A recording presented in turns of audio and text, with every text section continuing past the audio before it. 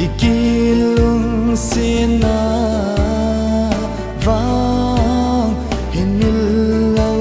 zeno su mil lau zeno Blue Hill Parking hin mil lau zeno iding anay kaham iding anakaham kahung ting le boy no ma ilen kidding iding anay kaham kileta in boy gulin lun liani vai la ding sangin hamzang patna nei hin thum pi zo in boy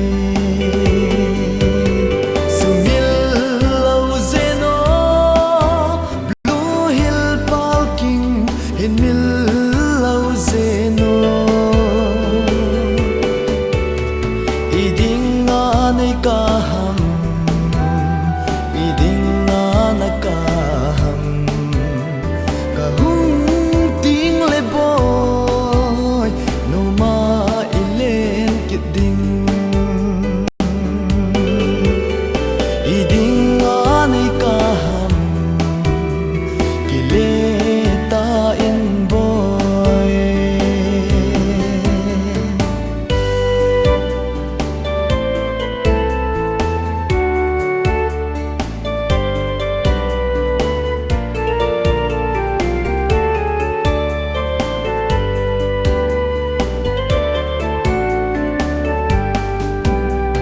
o chung a chola